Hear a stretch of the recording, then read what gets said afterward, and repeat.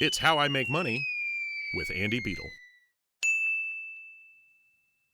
Marco, I love the idea when we were talking before we started, saying, yeah, I knew I wanted to get into real estate at 16. Then here I'm at 18. I buy a townhome, I reno it, I do what I'm going to do. I would love to hear that story and then what bizarre circumstances of your childhood caused you to be the only 16-year-old I've ever heard of who was obsessed with real estate, because I absolutely love that idea that here's basically this kid in high school who's thinking, yeah, I want to go buy something. I need a mortgage. Like, I've got 3 kids. None of my other friends have ever come home and said, Mr. Beadle, do you know how I could get a mortgage at 16? So I love that story. Tell people about it. That's so great. Well, Andy, I maybe it is a unique story, but I don't feel it's all that unique. I think a lot of kids grow up thinking, I want an Xbox and an iPhone and this and that. These are all material possessions, but whatever you want, you have to obviously go out and earn. And so I probably just thought at a young age, how can I get all the things I wanted? And I didn't really put financial freedom in the terms that I put it today, which is all about time freedom. That to me is Mm, the ultimate goal, is time freedom, not so much right. financial freedom. Back then, I didn't even call it that. At a young age, probably when I was like 8, 9, 10, I knew I didn't want to, I wanted my own freedom and I wanted to be quote unquote rich. At least that's what I called it back then. Rich means something different to me today, Right. completely different.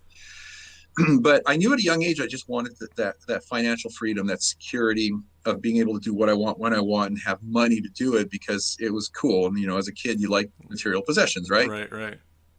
But I realized I was an entrepreneur at age 13 when I had my Radio Shack TRS-80 color computer, and I was. Oh, You remember those? back in the day. Yes. Wow. That's a Yeah, blast for the trash 80, we called it. That's great. I love it. it was. It was called a Trash 80. I had a Yeah. whopping 4K of memory, which I upgraded to 16K.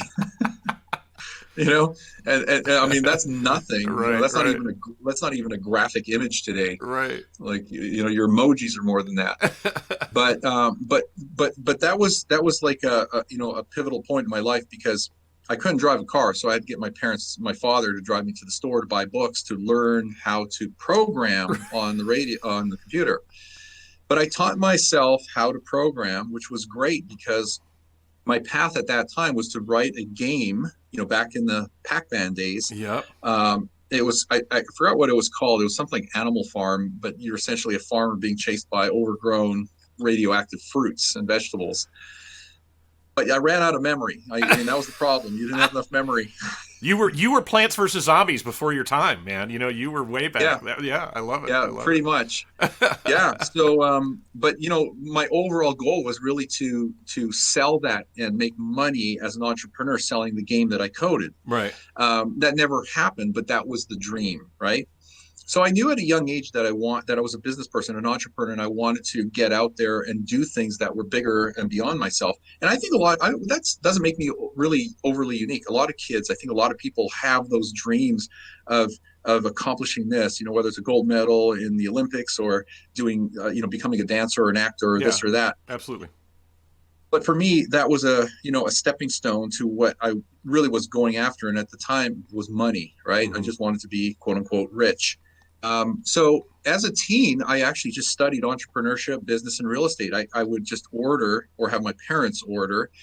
I had money back then because I had a job at 16, but I was ordering books on studying like binders from Hume Publishing Right. on how to start a business and how to invest in real estate. And I consumed this stuff and I loved it. I just couldn't do anything with it, but I loved it. And so I dabbled over the years with small businesses, but real estate is where I thought my real passion was because I looked around and I think I asked my mother one day, maybe she even volunteered the information. She said, that guy over there who dressed kind of sloppily and he Right. drove a Right. pickup truck. Right. She told me, she said, that guy owns a bunch of duplexes on Center Street. I thought, wow, okay, so the guy, doesn't need to work. He makes a lot of money. He's got all these units. He's Right. got all this passive income. And I thought, yeah, real estate's a great way to create wealth. And so that's what I pursued. So at 18, I bought my first rental property. I could qualify for financing. So I bought an Wow. end unit townhome. It needed some work. So between my uncle and I, he was a carpenter. So I hired my uncle as the carpenter to help me fix this up. Put a sign on the lawn. There was no internet back then. So the only way to advertise was newspaper and signage. Right. So I had people come in, fill out an application. I honestly never done this before. I didn't know what I was doing, but I had, an idea of what to do. Uh-huh. And I interviewed some people, and I just picked the one that I felt was the best fit. And I don't know if they were, but it worked out. And I just managed this property, and that was my start in real estate. I I just kept that property for a number of years. So I made a mistake there, which is a lesson for your audience to take away. But the first lesson is start young, start early, because Right. time is your greatest ally and your best asset. Mm-hmm. The sooner you start, the more you can accomplish, and the further ahead you're going to get, because time works in your benefit. Well located, income producing real estate will grow in value over time. Your equity will grow. You'll become wealthier. So time is your asset. Just get started early and don't stop. Keep Okay. that Yeah. momentum. Lesson number two is basically what I did, not knowingly, not knowing that I was making this mistake, but that property had appreciated quite a bit over the course of a number of years, and I ended up selling it, and I made a good chunk of cash. Problem number one is when you take this big chunk of cash out of that property, you're exposed to capital gains taxes, which you Right. don't have to pay if you know what you're doing in real estate. Number two is you never, never, never sell your real estate. You Hmm. can trade it, you can do a tax deferred exchange and trade it, but you never sell it for the sake of selling it. And that was the stupid thing I did. Is I sold Interesting. it because I wanted to take that money out. I thought, hey, this is a good payday. But what I know today is, Right. would have told me back then to do something different. Well, and I think regardless of the business that you're in, there are two pieces there. One is that the, and I guess I'd call it self confidence, but I really, at least what I hear from your story, and it's funny, I was very similar. My dad was an early adopter of computers, still is in his 80s, every new thing he loves. And we had an Apple II Plus that you hooked to your television. And Yeah, I remember. I taught myself Dartmouth 6502 Basic and Fortran, and that, but it is that curiosity. And you tell this story of being this teenager who wanted something like you would want anything as a teenager, and then just having this insatiable desire for knowledge about how to go get it. And it seems to me that in terms of starting early, that love of learning then fueled your confidence to go at the age of 18 and go, I can do this. I've read enough to be dangerous. I don't know that I'm dangerous, but I've read enough to be confident, and I can do this, and I'm going to go do it. And I think holding on to assets is true too. I've seen so many friends of mine. I've had a lot of friends who've sold companies or sold assets out of their companies, and they've done well. I've had a lot more who've done a lot less well than they thought they would. And holding on to things and learning how to continue to monetize them in a way that's simpler than just I'm going to sell this and get it off my plate is to me part of the longevity of entrepreneurs who learn, hey, wait a minute, assets, the value of an asset can be realized in many, many different ways other than putting a sticker on it at a yard sale, right? And that's a huge, huge lesson. And you said you started doing real estate full time in 2003. So what marked that transition for you? What happened that took it from what you considered part time to being full time? What did you end up doing? You've done some amazing stuff since then, all of which we'll have featured as part of the pages for this episode. But love to have you tell the audience kind of where you started in 2003 and where you've gotten from then. Well, the thing is I wasn't doing anything in 2003. Oh, And, wow. and, and so I was looking for the right thing. And I know I didn't want to go back into corporate America, because what happened is I had co-founded, I was a small equity partner, a third partner in the dot-com business back in 1998. Okay. We were ramping up in 1999, and we raised $9.5 million from venture capital funding, mostly out of San Francisco. And we built this essentially offline, online business model, but they considered it a dot-com business. And so you know, we were doing well. We had 105 employees, and then the Nasdaq crashed, and so Hmm. venture Yeah. capital funding dried up, and at $100,000 a month in our burn rate, we couldn't, sustain the business. We just didn't have the revenue and the profits to sustain that model. So it was kind of unfortunate because in the blink of an eye, what I thought was going to be, another .com millionaire, me created, right? Just vaporized overnight. It was gone. Yeah. And so it was pretty disappointing. I mean, it was a hard blow on many people around the country, but I didn't want to get back into corporate America. I didn't want another job. I knew I was an entrepreneur. I wanted that freedom and flexibility, and I didn't want to cap on my income. I wanted all those things that people love about having their own business. Mm-hmm. Oh, yeah. So I took some time off, quite a bit of time off actually. And in 2003, I got an email. I don't know how I got on this email list, but from a famous author, back in the day, Robert G. Allen. Okay. And he's authored many, many books, some of them with Mark Victor Hansen, the Chicken Soup for the Soul author. Right. And he's most famous for his book called Nothing Down, and then Nothing Down for the 2000s, mm-hmm. which was all about buying real estate with no money down. So I got this email, and there's like this free boot camp going on in September up in Orange, California, here in Orange County. And it was a 3-day event. It was Friday, Saturday, Sunday. And I thought, well, I've got time on my hands, and I love real estate, so I'm going to go. Why not? So I went to this thing, and it was amazing. Like the speaker, this guy named Glenn, had you bolted to your seat. You wouldn't want to get up when he was talking because the information was so brilliant, and he was such a great presenter. Wow. That I was just drawn in, as was everybody else. Yeah. But this was in a massive ballroom. There was probably 2,000 people in this room.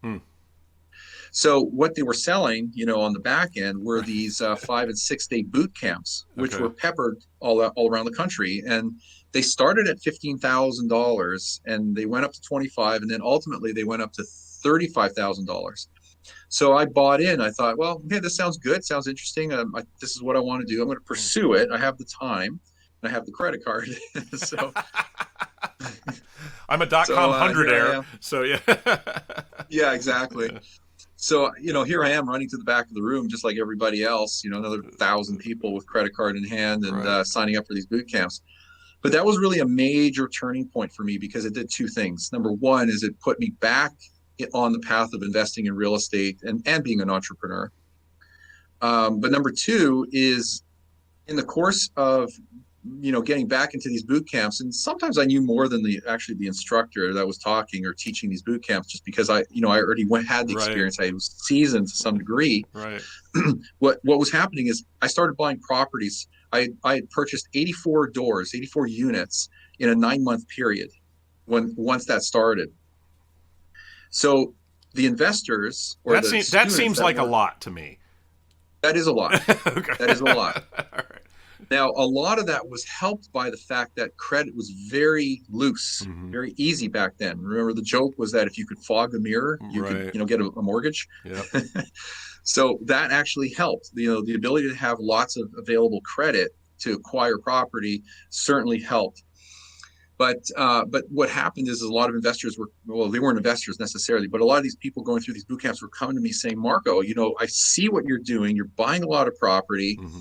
And, can you coach me, mentor me? Can you help me? I mean, they're already paying for this stuff, right? But they were coming to me because they see me doing it. And so they were asking for help. And I felt bad. I honestly said, I'm sorry, I don't have the time. I really can't help you. I don't have the time to mentor, coach you, but I have a lot of deal flow because I'm looking at a lot of deals all the time. I said, I can, hand these off to you, or I can put them under contract and assign them to you. And that was the light bulb moment. That's where I started my current and existing business, Norada Real Estate Investments, is because of what happened there. I realized that people want to invest in real estate. They were taking the time and energy to learn how to invest in real estate, but it was scattered. It was like wholesaling, buy and hold, flipping, this and that. Yeah. They were all over the place. And I thought there's got to be a simpler way to do this. So I created essentially a done for you model where I'll provide you on a silver platter.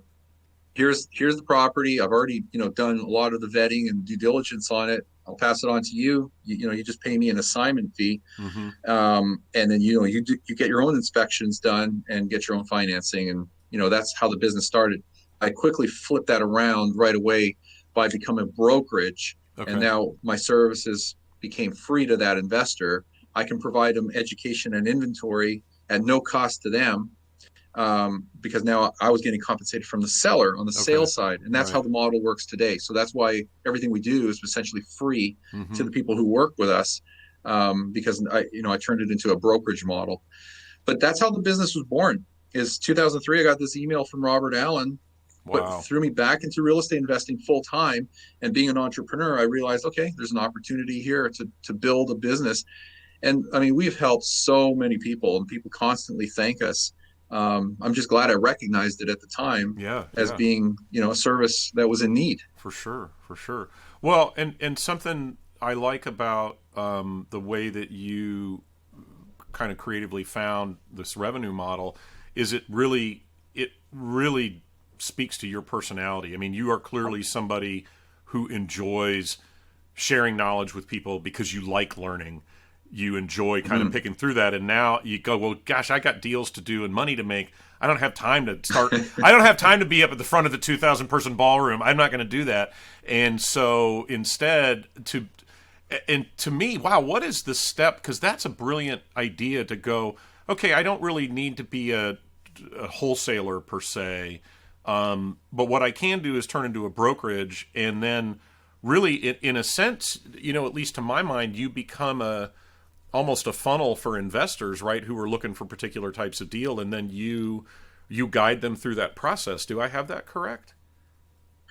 Yeah, I mean, if you want to use the funnel concept, we put out a ton of content and Right. information. We have our passive real estate investing podcast. Mm-hmm. We do market analysis. We do one or two market analysis. It's kind of a housing market profile Okay. each week. Right.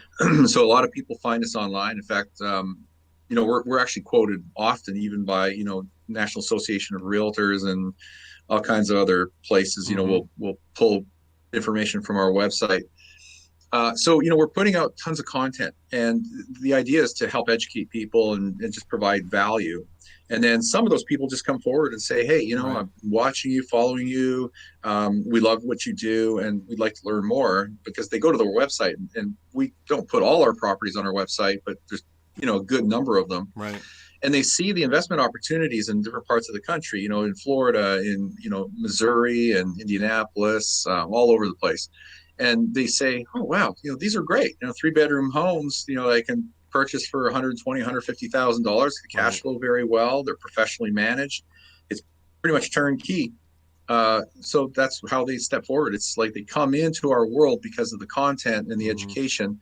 And then when they're ready, they're basically saying, okay, I need to do this, or I need to do more of this. Sometimes they're already seasoned investors, but they're just growing. They're adding to their Mm-hmm. portfolio, and they're saying, okay, well, I need more, but you've already done like 60, 70% of the work for me. And there's no cost. So I'll just, talk to you guys. Right. And that's how the model works. Well, and I think that's a very fulfilling business model for somebody in your position, Mm. because you have zero interest and there's no percentage in it for you to not offer people excellent properties, right? So there's a lot of incentive for you to have a really great portfolio of properties, and to, I guess I would almost say, over-educate for free, right? Give people all this information for free. To my mind, and we kind of have a similar, I was a university professor for 10 years, started a marketing firm in 97. I'm on my fourth business now. And oftentimes, our pitch for clients is to go in and just, here's the campaign, done. And they go, how in the world, how do you make any money just giving this knowledge away? It's like, well, I don't want to work with the people who think they can do it all. I want to work with the people who looked at all of it and went, wow, that's a lot of work done by experts. I think I want to Yeah. work with them to go do it, because you build that level of trust. And clearly, in the kind of stuff you're doing, you're going to analyze a market, talk about these deals, and give that away on the podcast. I think that gets a better class of client for you in a way. Yeah. Does that make People sense? screen Or themselves. yeah. Yeah, it does. I mean, we rarely have to qualify anybody, because when you are putting out a lot of content and you're allowing people to learn and educate Mm-hmm. themselves, Right. there's a certain percentage of those people that will come forward that have already pre-screened and qualified themselves, because they say, I got it, I've learned it, I've got it, I Right. understand it. I want to move forward to whatever the next step is. Mm-hmm. The rest of the people either don't get it or don't, want to do whatever, they whatever you're offering, right or wrong. They just don't Right. see it, Yeah. right? Yeah. Um, yeah, there's always a percentage of people that will take action, and those are the people who get rewarded. Like me, Right. you don't get rewarded without taking action. I like to say there's three kinds of people in the world. There's those that make things happen, those that watch things happen, and then there's those that wonder what happened. Right. Right. So That's true. And that third group is getting larger by the day. I think a lot of, unfortunately, you're right. yeah, in a lot of Very cases. much. Yeah. Well, so now, so you guys, simply put, your business, you make money now basically by providing so much upfront value to your investors. You offer all that for free, and then you obviously just take a fee from the sellers, I would assume. Is that kind of your business model for that piece of the business right now? Yeah, it's already. Okay. I mean, that piece is already baked into the cake. I mean, you Right. look at anywhere with traditional real estate sales. Usually, like 99% of the time, it's the seller that's paying this, what you might call a commission or a Right. marketing fee.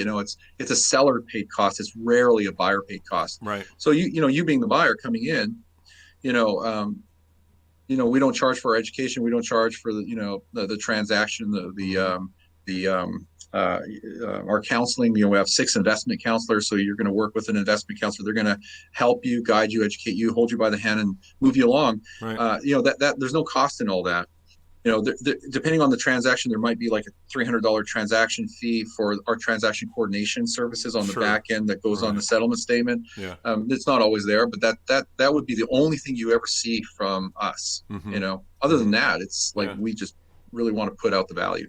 Well, and you guys are all over the country, right? In terms of properties that you're able to offer, is that true, or is it just California? No, wouldn't touch California with a 10-foot pole. I did set that up. I knew you were all over the country, but I just wanted to hear you say that about California. So, You're right. Well, look, I have that saying: live where you want, invest where it makes sense. right, I love where I live. It's right. beautiful. It's like, I mean, I'm going to do this.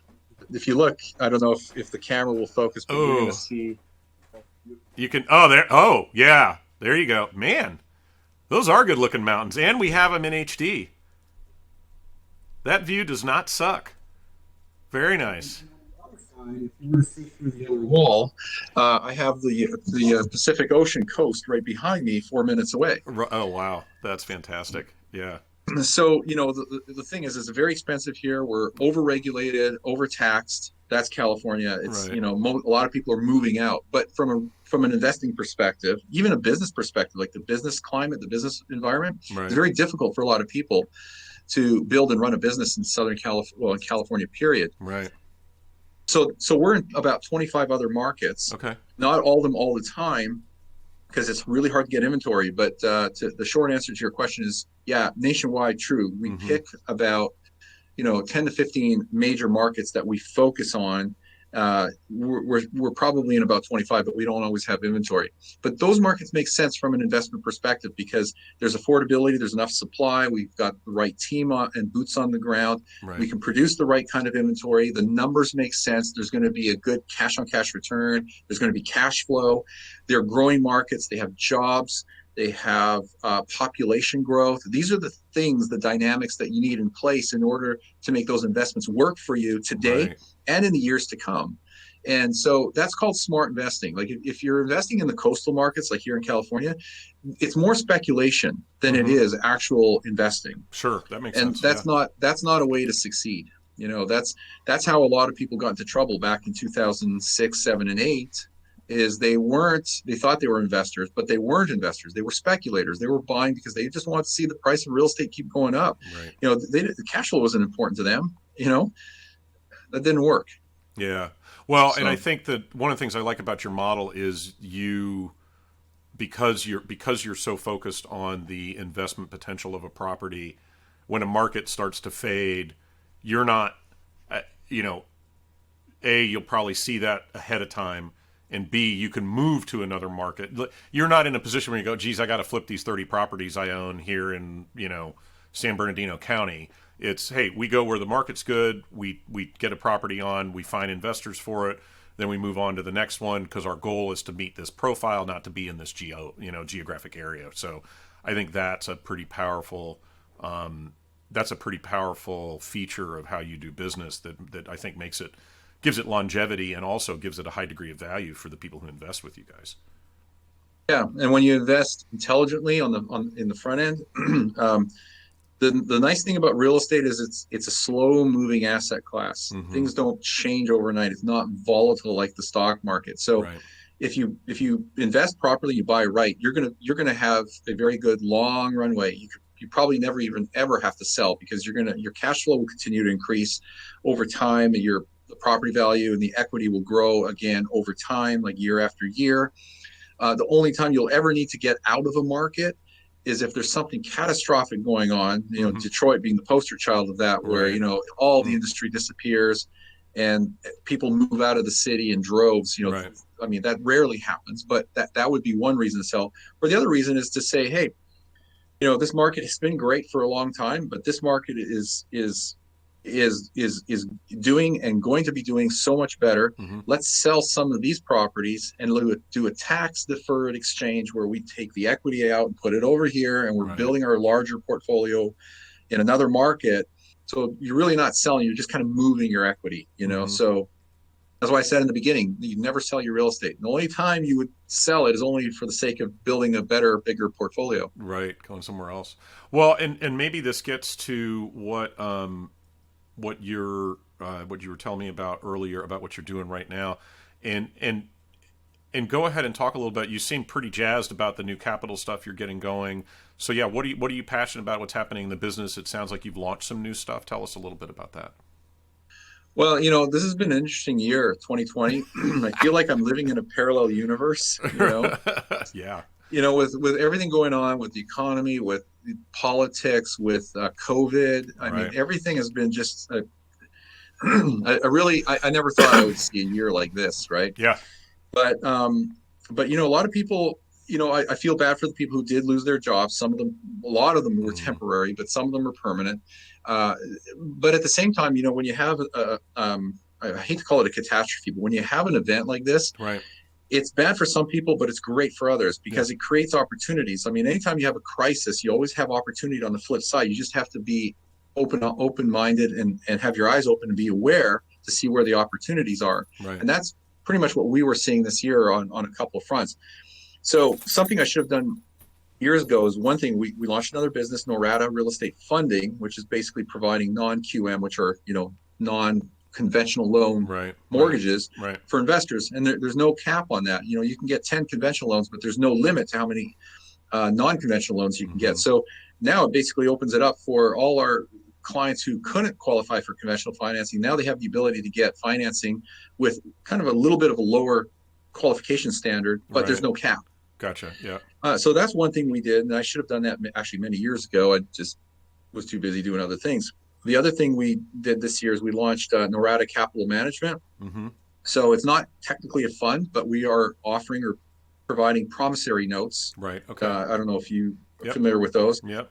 But it's just essentially an agreement where you're making a loan to us and we're paying you interest on a monthly basis. Right. And that could be for a 2-year period. It could be for a 3-year period. But, we're offering very attractive rates from 12% to, on average, 16.7% per year.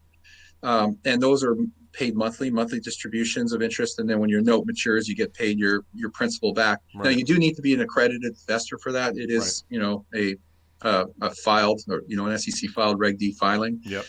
But a lot investors love that, especially if they've got money sitting around dormant in a savings account or in a self-directed retirement account, and they're just not getting any returns, or maybe they're getting like very nominal returns. This is a great way to make some pretty solid returns in 2 or 3 year blocks, and so that's been very successful. I mean, we see a lot of great opportunity and deal flow, so we have the ability to put that money to work immediately and generate a rate of return like right off the bat. Well, so it's been an interesting year. Yeah, and I was going to say, my wife is a financial advisor and has her Series 7 and all that. So we spend Hmm. way more time than I. Let's just say I've learned a lot about how the finance world works that I never would have learned otherwise.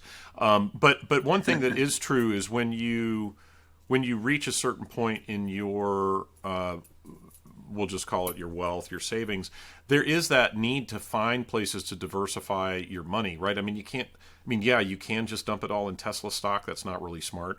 And to find a situation like you're doing with the promissory stuff where, okay, I've got money and I want to diversify, so I'm going to put it into, what is this? I mean, it's a real estate backed promissory note, I would assume. I mean, in some sense of, however you guys are putting that capital to work in terms of your deal flow. I think that gets real attractive for a lot of people because the risk is relatively low, the returns are quite good, and you've got a great track record for knowing these deals. So that's a win for everybody as far as I'm concerned. And the real estate funding thing is super interesting to me. I think a lot of people don't understand, even from a conventional mortgage standpoint, how different it is. My daughter and her husband are considering moving, and we were talking about what jumbo mortgages are, and Right. so I mean, but they're in their 30s, right? Late 20s, early 30s, and when you start, most people have no idea about that, and then you go, well, and actually, what counts as a jumbo is pegged from state to state. So all of these different rules. So when somebody hears qualified and accredited investor, I think it's important that people understand, some of the regulatory framework that's out there disallows what I would call healthily creative financing for most people. But if you've got the net worth to support it, you want to have the ability to have these more creative loans that fall outside of the regulatory framework that is there to protect consumers who don't have that money, right? And I think being able to do that is huge. And let me ask you a question. I heard somebody say a couple weeks ago that they've got a bunch of their colleagues and friends who are in real estate are busy getting rid of their, what they consider to be underperforming properties right now in anticipation of there being huge funding needs coming early next year as people start going underwater on their mortgages and are trying to avoid bankruptcy. Looking at purchasing property to kind of help those folks out. Are you seeing any of that? Or when you're talking about deal funding, what kind of deals are you looking to fund for people? Well, the main motivation for setting up Norada Real Estate Funding is to actually help our existing clients Okay. because, any investor that reaches 10 conventional loans, I mean, that's the low hanging fruit. If you're going to Mm-hmm. get mortgage financing, you want conventional financing, but you're Right. capped at 10. Fannie and Freddie were only going to allow you to have 10 mortgages on your credit report. Right. After that, you have to talk to a portfolio lender, someone who controls their own money, and they're not selling it on the secondary market. They're not following, the Wall Street rules. Right. They may be selling them off, or they may be servicing them themselves, but they write their own rules. Mm-hmm. So the terms are very similar. The interest rate's a little higher, but the terms are similar. You can still get a beautiful 30-year fixed rate mortgage that works beautifully for a rental property, for investment property. Right.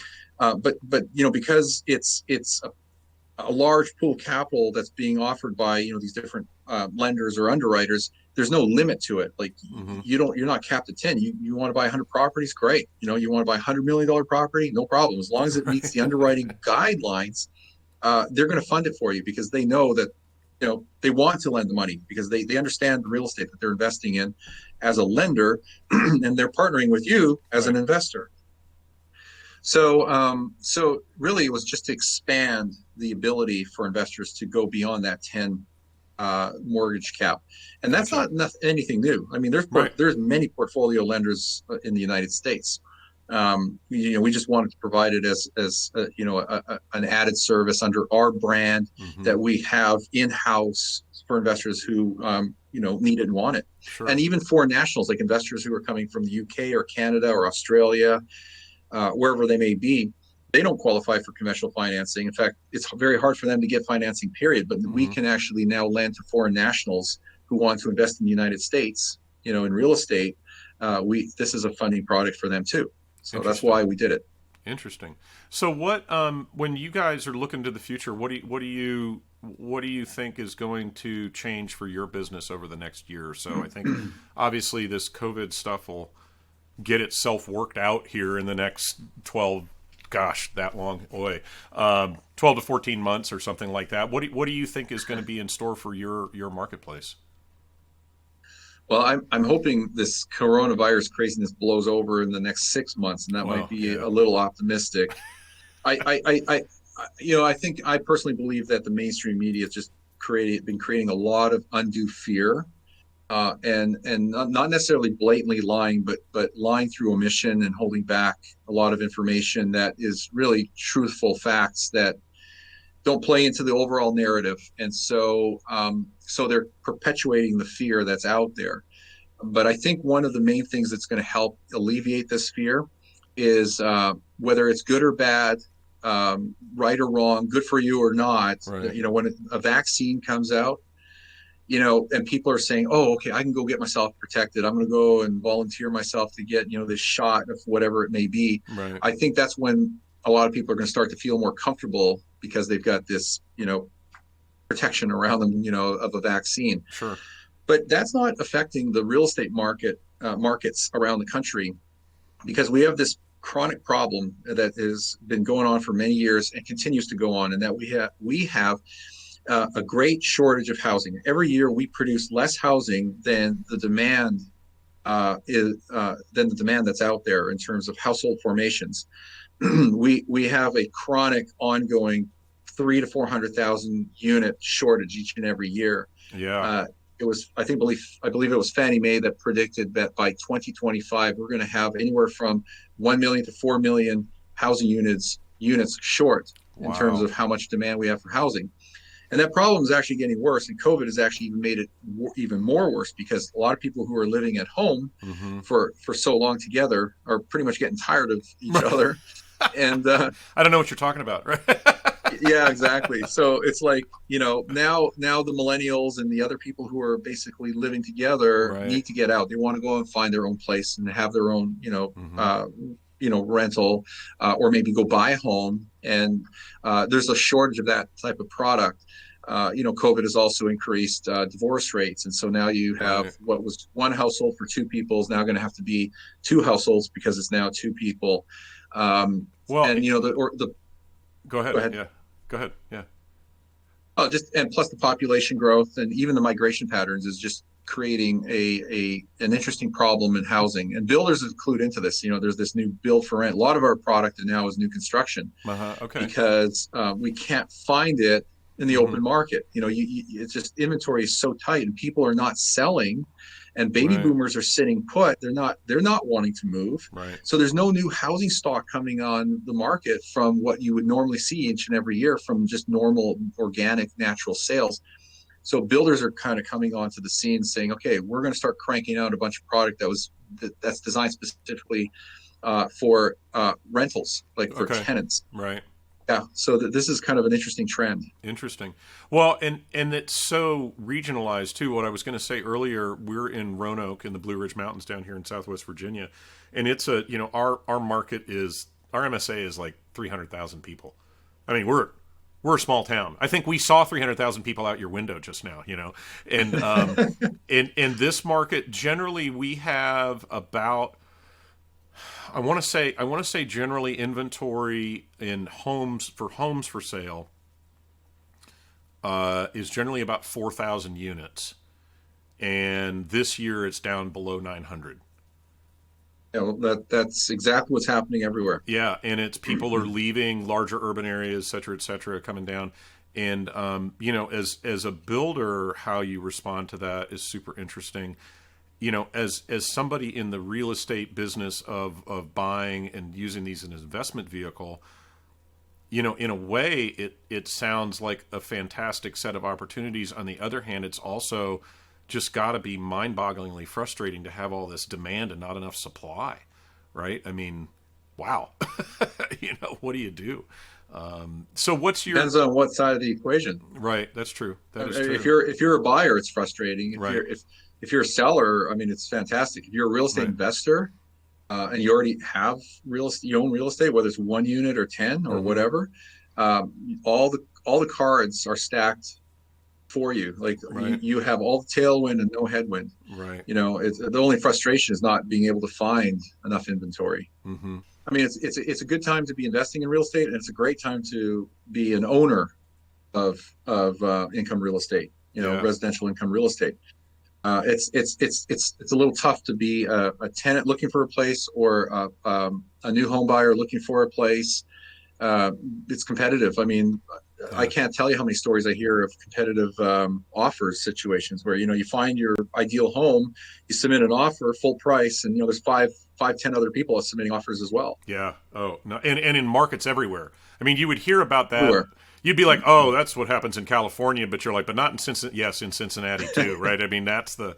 Yeah. It's been a nutty year. There are two questions that I am passionately concerned to hear the answer from every guest we have, and they are as follows. Number one, you've been in the game a long time, and there is some perspective you get. I think. I tell new people who come to work for us, I don't mind if you make mistakes, because you could make a mistake every day from now to the end of time and not get close to the number I've made. But we try not to make the same mistake twice. But one thing I have noticed is as I hire more people and get older, my advice and direction to them gets shorter and shorter as I kind of distill what I think I know. So if you could, somebody just starting out in business, they are going to give in to their entrepreneurial desires. What one piece of advice would you give somebody who's just getting started, whether it's in real estate or not? As a new business owner, Yeah. well, twofold. The first and biggest one is learn as much as you can. Be a perpetual student. Constantly read books and educate yourself. There's so much free content out there, whether it be podcasts, uh, inexpensive audiobooks, great books. I mean, I'm seeing some of the books on your bookshelf behind you, and I own many of those. Yeah. Like Profit First and Google AdWords. I mean, Oh I've yeah. got these books. So there's no excuse not to educate yourself. A lot of it's free. There's a ton of content out there, especially with the internet today and YouTube and you name it. So just be a perpetual student. I mean, that's one thing I've learned from Robert Kiyosaki, Mm-hmm. who I've been on 2 cruises with. Oh He wow. is, Neat. regardless of who's talking on stage, someone who is like, completely novice compared to him, he's still got his notepad out and he's still listening and taking notes, because he knows he can learn something from everybody all the time. And so he's a perpetual student. And that's just the way I've been too. And the saying is, the more you learn, the more you earn. There's a lot of truth in that. Mm-hmm. So it's very important to just continually educate yourself and build on what you don't know. So that's really the main answer. The second part to that is take action, because you can become the most educated person in anything you want, but if you never take action, you'll never get anywhere. Action is where the rubber meets the road. Yep. Well, and just accept that you're going to fail. I mean, take Oh yeah, action. Yeah. it's part of Yeah. the learning Yeah. process. Yeah. And there's nothing the matter with that. Oh, not at all. That's one of Yeah. the best ways to learn Agreed. is actually try things and fail and see what doesn't work, so you know what does work, Yeah. And I what think a can lot of work. people hesitate. You talk about, oh, and I put, I had my credit card and I did this, and people think, oh, I'm going to, so I was a college professor. So this is sort of like, people who are ex-smokers are like the worst about people who smoke. So I'm the worst about college because I was a professor for 10 years. And when people complain about, oh, it costs this much to learn and it's a scam, I think, gosh, you paid, if you were lucky, $100,000 to go to college. And if you look at 100 people who go to college, how many of them really take advantage of that education in a really real way? Because college is so much more than getting a driver's license to drive a cube in an office, right? And so I look at education these days, and you look at people out there who are entrepreneurs or teachers or whatever, and certainly there are folks out there who are trying to scam you or what have you, but so much is available for free. And to be honest with you, so much is available for a pretty small amount of money. If Mhm. somebody's offering a course on whatever for $300 and it's something you're passionately interested in, they have a demonstrated track record, it's like $300 is nothing for tuition, right? You paid whatever it was, $15,000 for a 6-day boot camp, and here you are in 2020, and we're starting the investment fund, and it's like that's what being a perpetual learner is all about. Yeah, never. Opinion. You should never look at that $300 or that 15,000 or 25,000 as a cost. Yeah, Because if you're not getting anything out of it, if you're not getting anything out of it, it's either your fault or it truly is a cost. But if you are gaining something from it, some usable information that can make you money or help you become more successful or healthier, then call it an investment, because it's an investment, not an expense. That There's a difference there. Yeah. You're investing in yourself, and really the first place to invest is in your mind. If you're not investing in your brain, your mind, your knowledge, you won't be able to be successful at everything else that you try. So the more you invest in yourself and in your mind, your brain, the more you're going to accomplish, and the faster you're going to accomplish it out there in the real world. Yep. So never be afraid to invest in yourself. It pays huge dividends. Yeah, agreed. And the final question: if you could have dinner with any living public figure, number one, living. See, this is important. Number one, who would it be? Number two, what meal would you have?